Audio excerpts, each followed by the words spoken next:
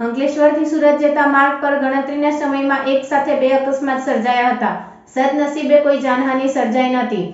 એક four-wheel car અને container વચ્ચે જ્યારે જૂજ અંતરે બોલેરો અને કન્ટેનર વચ્ચે અકસ્માત સર્જાયો હતો. જિલ્લા ટ્રાફિક પોલીસ દ્વારા અકસ્માતગ્રસ્ત વાહનો હટાવી માર્ગ ખુલ્લો મૂક્યો હતો. અંકલેશ્વરમાંથી પસાર થતા નેશનલ હાઈવે નંબર 48 પર આવેલા નોબલ માર્કેટ પાસે ગુરુવારના રોજ સવારે 11 કલાકે જૂજ અંતરમાં બે અલગ અલગ અકસ્માતને લઈ ચક્કાજામ જેવી સ્થિતિ સર્જાઈ હતી.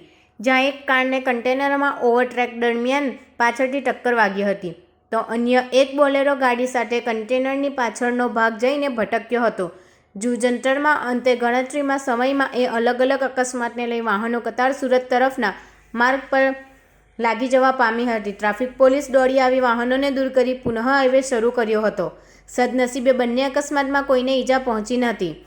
ઘટનાના પગલે ડિવિઝન પોલીસ પણ સ્થળ પર દોડી આવી હતી.